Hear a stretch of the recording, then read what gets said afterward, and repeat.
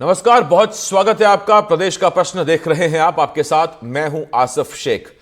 शाहजहांपुर जिले के रमेश ने साल 2003 में 5 साल की बच्ची से दुष्कर्म किया। कोर्ट से उसे 10 साल की सजा मिली। 2014 में वो सजा काटकर बाहर आया तो सीहोर में 8 साल की मासूम को दरिंदगी का शिकार बनाया। इसी हैवान ने फिर से पाप किया और पवित्र महाकुंभ में अपने पाप धोने भी पहुंच गया, लेकिन उसे उसके किए की सजा मिलनी थी, लिहाजा पुलिस के हत्थे चढ़ गया।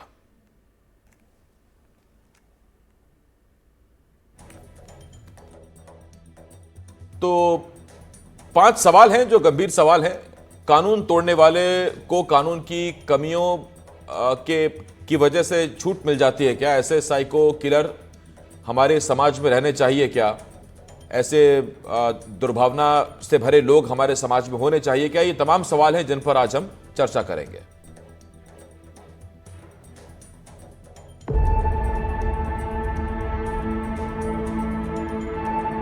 हमीदिया में 11 साल की बच्ची की मौत के बाद बड़ा सवाल अब यही है कि मासूमों से बार बार दरिंदगी करने वाला आखिर कैसे कोर्ट से बार बार छूट रहा है। पहले उसने 5 साल की बच्ची से दुष्कर्म किया, जेल से छूटा तो फिर दरिंदगी की, फांसी की सजा मिली लेकिन हाईकोर्ट से बरी हो गया। हद ये कि अब फिर उसने मासूम को शिकार बनाया। पुलिस ने 46 लोकेशन के 136 सीसीटीवी कैमरे खंगाले, लेकिन वो तो प्रयागराज महाकुंभ निकल गया था। शुक्र है वहां से आते समय रास्ते में गिरफ्तार हो गया। सबसे बड़ी बात तो ये है कि आरोपी के पास मोबाइल नहीं था, इस वजह से पुलिस को ढूंढने में बड़ी परेशानी आई। लेकिन जो सीसीटीवी फुटेज देखने में आया, किसी ऑटो वाले से पूछा, कभी किसी से पूछा, पुलिस ने जो लगभग 400 घंटे के सीसीटीवी फुटेज चेक किए, बड़ी मतलब 400 घंटे के फुटेज चेक किए। उसके बाद एक शूज के सहारे, काले रंग के शूज थे, उसके सहारे देखते देखते पुलिस पहुंची तो आरोपी की सजा यहाँ से उज्जैन हुई। उज्जैन के बाद वो वहाँ से कुंभ मेले में गया। वहाँ से वो रिटर्न जब जा रहा था ट्रेन में, जयपुर की ओर ट्रेन में जा रहा था, जहाँ से उसको शिकनाथ करके पकड़ा गया। राजगढ़ के नरसिंहगढ़ में 1 फरवरी की रात 11 साल की मूक बधिर बच्ची सोते समय लापता हो गई। सुबह झाड़ियों में मिली। मेडिकल जांच में दुष्कर्म की पुष्टि हुई। तबीयत काफी खराब होने पर उसे भोपाल के हमीदिया अस्पताल में भर्ती कराया गया, जहां 8 फरवरी को उसकी मौत हो गई। पुलिस ने खुद फरियादी बनकर दुष्कर्म का मामला दर्ज किया। पुलिस आरोपी की तलाश में जुट गई। 46 जगहों के 136 सीसीटीवी कैमरों की फुटेज खंगाली। कुल 418 व्यक्तियों को संदिग्ध बनाया गया, जिनमें से 22 लोगों के सैंपल लिए गए। मोबाइल नंबर की सीडीआर का विश्लेषण किया गया। इसी बीच नरसिंहगढ़ बस स्टैंड पर लाल शॉल ओढ़े एक संदिग्ध दिखा। इसमें उसने नीले काले स्पोर्ट शूज पहने थे। यही व्यक्ति घटना स्थल की सीसीटीवी फुटेज में रात 2 बजे एक विक्षिप्त महिला के कपड़े खींच रहा था। एक ऑटो चालक ने बताया कि उसने संदिग्ध कुरावर बस स्टैंड से शाम 6 बजे नरसिंहगढ़ आया था। पुलिस उसे ढूंढते हुए कुरावर से अकोदिया पहुंची। यहाँ वो घर पर नहीं मिला।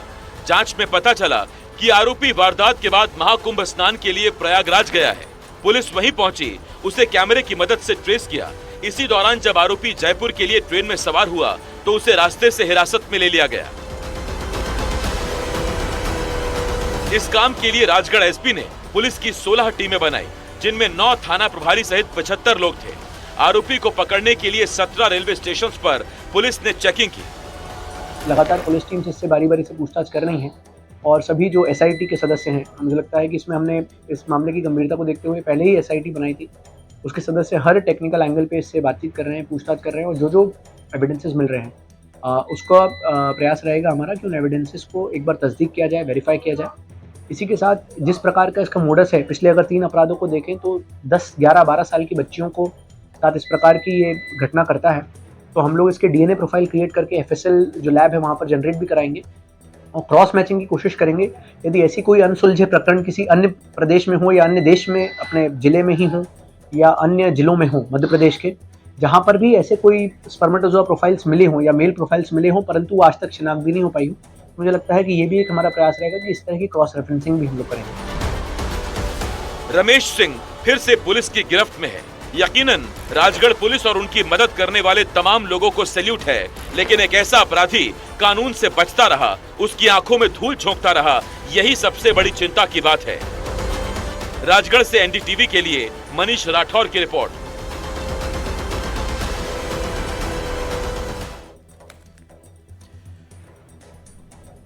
इस कहानी को आप जितना जानेंगे उतना ज्यादा हैरान रह जाएंगे।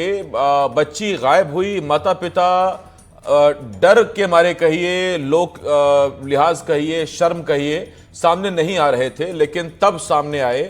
एसएचओ शिवराज सिंह पूरी ताकत लगा दी, जान लड़ा दी। एसपी साहब को बताया, एसपी साहब पूरी ताकत से लगे रहे और आखिरकार उस आरोपी को ढूंढ निकाला गया। हमारे साथ इस वक्त राजगढ़ जिले के एसपी आदित्य मिश्रा जी हमें ज्वाइन कर रहे हैं। आदित्य सर, बहुत बहुत स्वागत करता हूं मैं आपका। और इसके साथ साथ हमारे साथ एसएचओ शिवराज सिंह जी जुड़ रहे हैं। शिवराज जी, आपका भी बहुत बहुत स्वागत करता हूं। दोनों पुलिस अधिकारी हमारे साथ हैं। मैं पहले शिवराज जी आपसे पूछना चाहता हूं कि जब ये टास्क मिला, जब ये चीजें पता लगी, तो शुरुआत कहां से हुई थी और उसके बाद आपको कितनी दिक्कतें आई उस साइको को ढूंढने में जो बच्चियों का दुश्मन बना बैठा है? क्या है, ये बच्ची झुग्गी झोंपड़ी में रहती है और इसके साथ में जो घटना घटी थी तो इसकी सूचना मुझे मिली थी। उनके घर वाले रिपोर्ट नहीं करना चाह रहे थे और उनको समझ भी नहीं आ रहा था, तो मेरे द्वारा वो सूचना की तस्दीक की गई। मैंने बच्ची को अस्पताल प्राइमरी इलाज के लिए ले गया। वहां पर कुछ ऐसी बात बताई जिससे बच्ची को प्रॉब्लम हो रही थी, तो फिर मैंने बच्ची को हमीदिया अस्पताल भोपाल में रेफर किया और हर संभव प्रयास उसको इलाज करवाया, उसका ऑपरेशन करवाया और उसको बचाने के लिए हर संभव प्रयास किया और उसके गार्जियन की भूमिका ही मेरे द्वारा निभाई गई है। नहीं, वो तो जब जानकारी हमें भी मिली, हम भी हैरान थे और शुक्रगुजार भी हैं आपके। हालांकि वो बच्ची बचाई नहीं जा सकी। मैं राजगढ़ एसपी आदित्य मिश्रा जी के पास जा रहा हूं। आदित्य सर, मेरा आपसे एक सवाल है। पहली जो चीज इस पूरे केस को देखकर किसी भी शख्स के मन में आ रही है वो ये कि अगर ये इतना खतरनाक शख्स है तो ये समाज में खुला कैसे घूम रहा है? क्या ये बात सच है कि जब हमारे एविडेंस मजबूत होते हैं तो फिर बड़ा मुश्किल होता है इस तरह के व्यक्ति को बेल मिल पाना, जमानत मिल पाना? हालांकि कानूनी प्रक्रिया है, वो ज्यादा बेहतर जाने, कोर्ट बेहतर जाने, लेकिन वो कैसे इतना खतरनाक आदमी समाज में खुला घूम रहा है? देखिए, मैं भी एक पुलिस अधिकारी की तरह नहीं बट एक आम नागरिक की तरह मेरे मन में भी ये सवाल है और आपका बिल्कुल जायज सवाल है कि इस प्रकार का व्यक्ति जो लगातार इस तरह की घटनाओं को कर रहा है, क्या वो कोई लीगल लूप होल्स का इस्तेमाल करके या कोई ऐसी पहले कमियां रह गई हो जिसका इस्तेमाल करके वो व्यक्ति आजाद होने के लिए आजाद हो जाता है, फिर से समाज में आ जाता है? मुझे लगता है कि इन सभी चीजों पे हम लोग भी विचार कर रहे हैं और जिस तरह की इसकी पृष्ठभूमि समझ में आई है उससे ये स्पष्ट है कि ये एक हैबिचुअल, जिसको साइको ऑफेंडर कहते हैं, उस प्रवृत्ति का व्यक्ति है, जो कि जैसा आपने पहले भी बताया कि 2003 में भी, फिर 2014 में भी और फिर अभी किया है। हम लोग का पूरा प्रयास रहेगा कि पिछली बार भी इसको इन्वेस्टिगेशन अच्छी हुई थी, तभी इसको फांसी की सजा मिली थी, पर मुझे लगता है कि जब वो कंफर्मेशन के लिए हाईकोर्ट में गई तब वहां पर कुछ ऐसे लीगल लूप होल्स थे या उनको ऐसा समझ में आया होगा ऑनरेबल जजेस को, जिसके कारण इसमें एक्विटल हुआ। पर दो चीजें मुझे समझ में आई हैं कि एक तो पहली बात, जो एक्विटल का ऑर्डर हुआ है उसको हम सुप्रीम कोर्ट में चैलेंज कर रहे हैं और चैलेंज करने के साथ साथ हमारा पूरा उद्देश्य रहेगा कि ये जो अपराध है इसमें फास्ट ट्रैक कोर्ट में ट्रायल करके इसको वो जितनी जल्दी सजा मिलाई जा सके। एक बड़ा अच्छा प्रोवर्ब होता है, इन्वेस्टिगेशन में आता है कि जितनी जल्दी सजा होगी उतना ज्यादा भय रहेगा। यदि हम इन्वेस्टिगेशन की प्रोसीजर को या जो पूरी सजा की ट्रायल की प्रोसीजर है उसको बहुत लंबा खींचेंगे तो अमूमन विटनेसेस भी परेशान होते हैं, विटनेसेस भी हॉस्टाइल होने की टेंडेंसी बनी रहती है और साथ ही साथ आरोपी के मन में भय नहीं रहता है। तो मुझे लगता है कि यही हमारा एक एम रहेगा, बट हम वी विल मेक श्योर कि जो भी लीगल प्रोसीजर है उसी के माध्यम से इसको सजा मिले। तो इसके जैसे अन्य कोई भी लोग जो इस प्रकार का कृत्य करने का यदि कभी सोच भी रहे होंगे तो मुझे लगता है कि उन पे अंकुश लगेगा। एसपी सर, आपने कहा पीड़ित पक्ष के हिसाब से एक अंग्रेजी की बड़ी मशहूर कहावत है, जस्टिस डिलेड जस्टिस डिनाइड। तो वही आपने कहा कि इसमें स्पीडी प्रक्रिया हो, जल्द इंसाफ मिले। मैं आपसे आदित्य सर ये पूछना चाह रहा हूं कि इसने पहली बार जब 2003 में इस तरह का क्राइम किया था छोटी बच्ची के साथ, मेरी जानकारी में तो नहीं है, क्या उस वक्त पॉक्सो था? क्योंकि 10 साल की सजा इस काम के लिए, और अब जब 2025 की बात चल रही है, आप लोगों ने फिर से उसे पकड़ा है। अब तो पॉक्सो भी है, अब तो सख्त धाराएं भी हैं, और मध्य प्रदेश में तो फांसी का प्रावधान भी है। तो आपको लगता है कि अब की बार शायद मुश्किल होगा उसके लिए, और कोई लूप होल ढूंढ नहीं पाएगा? देखिए, ये बात सही है। जब 2003 में इसने पहली बार कृत्य किया था, तो उस समय जो लॉ प्रोसीजर में था, दैट इज जो normal IPC Indian penal code के तहत जो रेप के सेक्शंस होते थे, उसके तहत चार्जेस फ्रेम हुए थे, उसी के तहत ट्रायल चला था, और उसी के तहत इसको लगभग 10 वर्ष की जो कारावास की सजा है उससे दंडित किया गया। नेक्स्ट टाइम जब 2014 में हुआ, तो आप इसे जानते होंगे, जो पॉक्सो एक्ट है, prevention of children from sexual offences act 2012 में, जब ये इसमें अमेंडेड सेक्शंस आए थे, और निर्भया का घटनाक्रम जो हुआ था, उसके बाद से जो क्रिमिनल लॉज में अमेंडमेंट हुए थे, उसके तहत इसको चार्ज किया गया था। उसमें इंडियन पीनल कोड के सेक्शन 376 कैपिटल ई, जिसमें रिपीट सेक्सुअल ऑफेंडर्स यदि रहते हैं, जो बच्चों के साथ इस प्रकार की हरकत करते हैं, उनको डेथ पेनल्टी का प्रावधान भी अमेंड करके लाया गया था। उसके तहत इसको सजा हुई थी।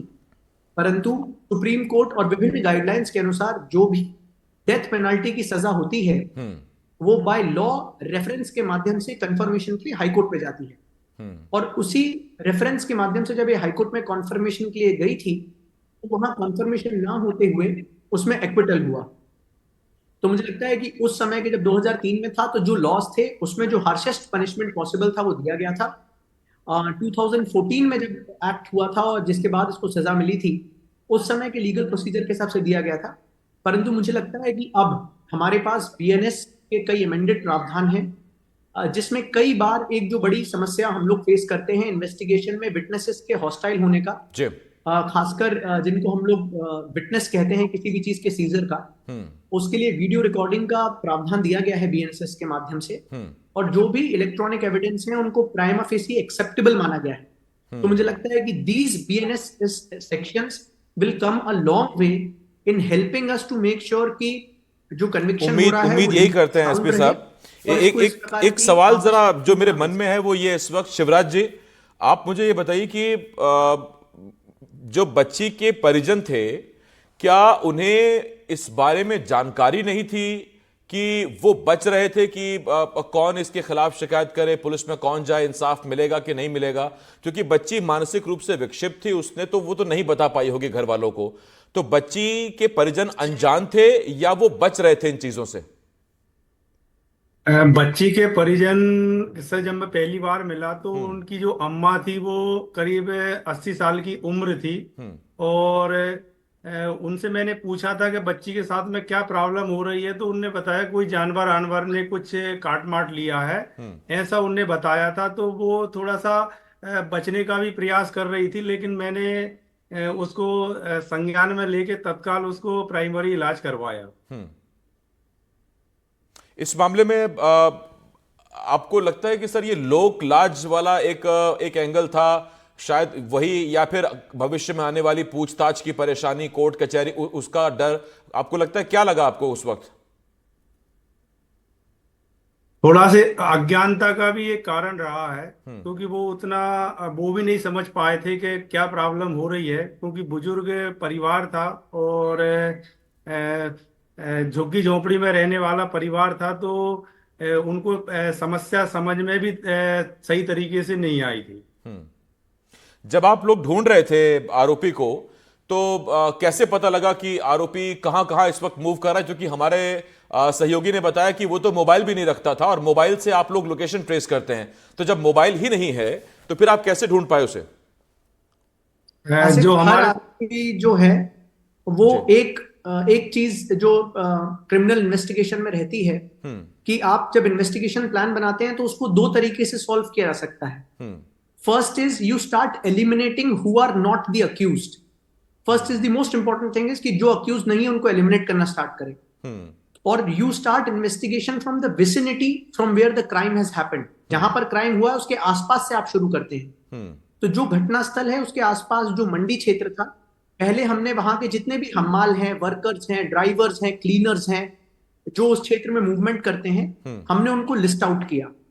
Then we started technical investigation of removing them who are not there on that spot. Second was with respect to CCTV footages कि कौन से ऐसे लोग हैं जिनका मूवमेंट उस क्षेत्र में उस तारीख को तो दिखा है परंतु उससे पहले और फर्दर नहीं दिखा है, क्योंकि अमूमन एक टेंडेंसी होती है कि जो व्यक्ति क्राइम क्रिएट कॉज करता है वो वापस वहां आने से डरता है एक बार। थर्ड इंपॉर्टेंट चीज जो इसमें हमें समझ में आई इज हिस्ट्री। जब हम इसके लोकल पुलिस स्टेशन में पहुंचे तो उन्होंने बताया कि सर ये आदमी लगातार जो अपने प्लेटफॉर्म्स रहते हैं रेलवे स्टेशन के वहीं पर सोता है, बिकॉज इसके पास कोई काम का तरीका तो है नहीं, तो ये वहीं पर रहता है। तो इसमें एक बहुत इंपॉर्टेंट क्लूज हमें जो मिला वो रेलवे प्लेटफॉर्म्स पे जो आरपीएफ के कैमराज होते हैं, वी स्टार्टेड डिटेक्टिंग उस कैमरे में इसका मूवमेंट। फिर हमें पता चला कि उज्जैन से इसने he has boarded a train to Jaipur, then we went to Jaipur.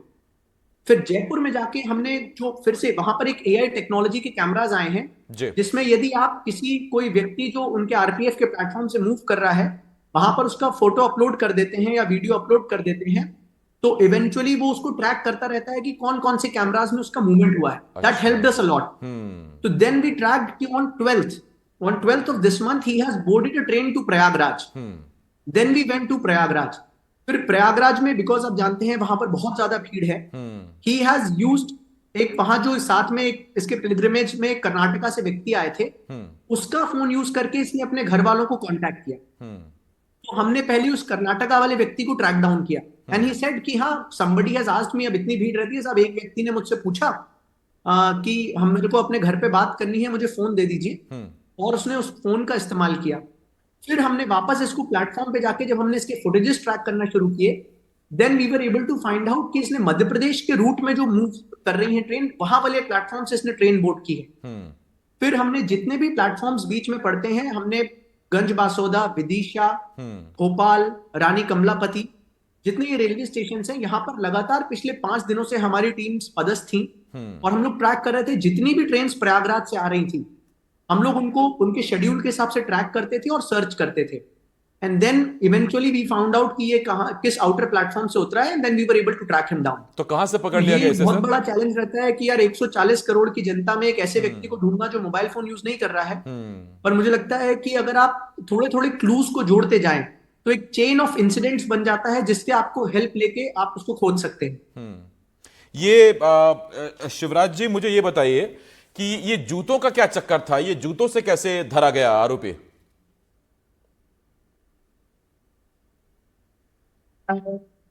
Ji SHO साहब आवाज आ रही है? हाँ अभी नहीं आई थी आवाज। अच्छा शिवराज जी, मैं कह रहा था कि ये जूतों का क्या चक्कर था, ये जूतों से आपको क्या हेल्प मिली आरोपी के जूतों से? जूते जो आरोपी के थे उससे हमने जूतों से पहचान की थी, कुछ सीसीटीवी फुटेज में उस टाइप के जूतों को पहचानने की कोशिश की थी और फिर उसके पास में वही जूते मिले थे, तो इसमें कुछ हमें मदद मिली थी। और ये जूते सबसे पहले आपको वो कहां दिखाई दिया था आपको, वो जूते पहने हुए वो अतरंगी से?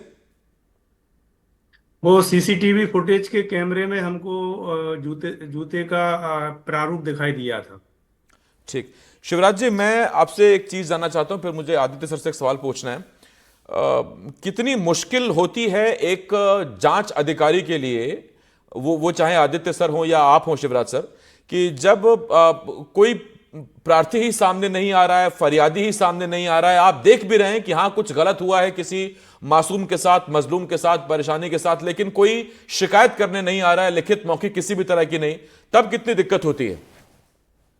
ये काफी दिक्कत आती है, क्योंकि क्या है कि जैसे फरियादी ही इसमें मूक बधिर है, पीड़िता मूक बधिर है, बोल नहीं सकती है, तो वहां से हमें कोई लीड नहीं मिली।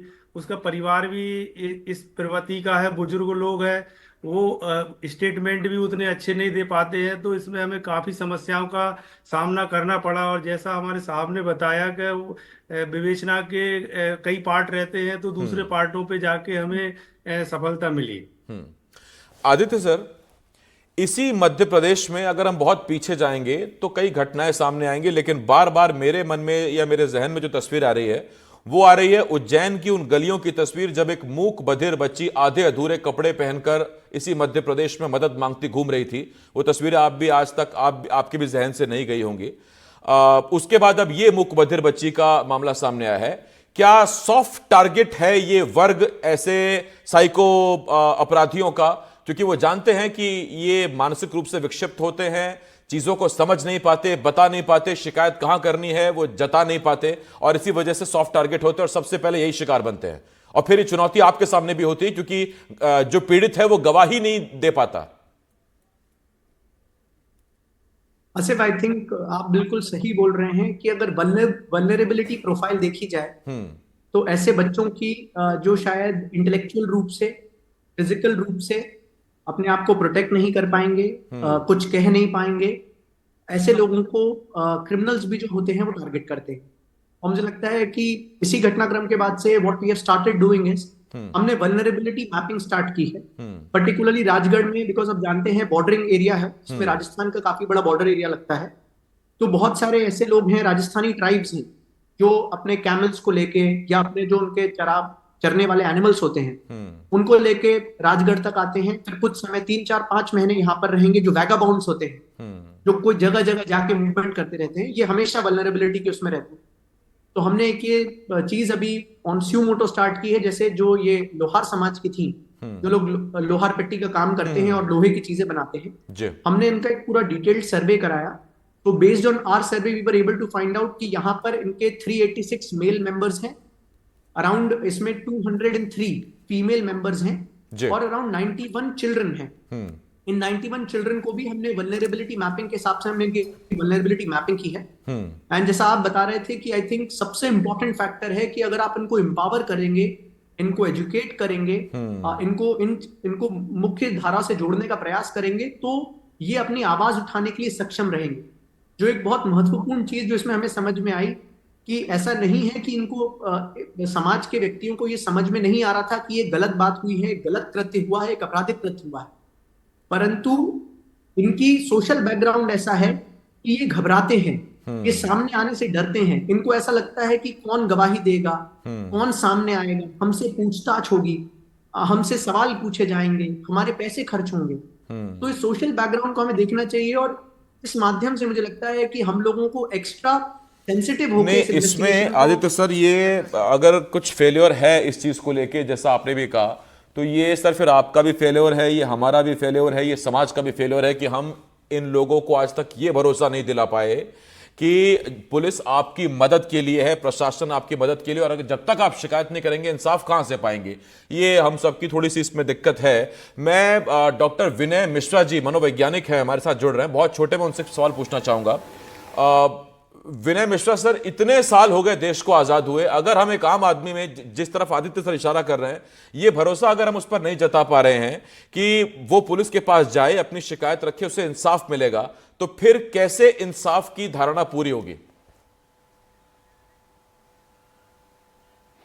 जी, आपने बहुत ही प्रासंगिक सा प्रश्न पूछा है, और इसको अगर मैं मनोविज्ञान की परिभाषा देते हुए समझाऊं तो ये वाली जो चीज है वो नैतिक पतन के साथ बिल्कुल नहीं जुड़ी हुई है। जो ज्यादातर लोग समझते हैं कि अरे इतने छोटे बच्चे के ऊपर आपने इस प्रकार का जुल्म किया, या वो सुन नहीं सकती थी या बोल नहीं सकती थी, कौन ऐसा करता है, या आपके बच्चे उस बच्चे से ज्यादा बड़े हैं तो आप ऐसा कैसे कर सकते हैं। ये हर हाल में एक मनोविकार है, और जब हम मनोविकार के बारे में बात करते हैं तो वो सामाजिक प्रक्रिया के जरिए नहीं ठीक होती है, वो यहां तक कि जेल में बंद करने से भी ऑटोमेटिकली अपने आप ठीक नहीं होती है। और खासकर अगर हम पीडोफिलिया के बारे में बात करते हैं, पीडोफिलिया यानी इस प्रकार का जो यौन दुर्व्यवहार जो बच्चों के साथ किया जाता है, वो तो कदापि आप किसी भी नैतिक पैमाने से अगर उसका मूल्यांकन करें तो वो तो कभी भी नहीं ठीक होता।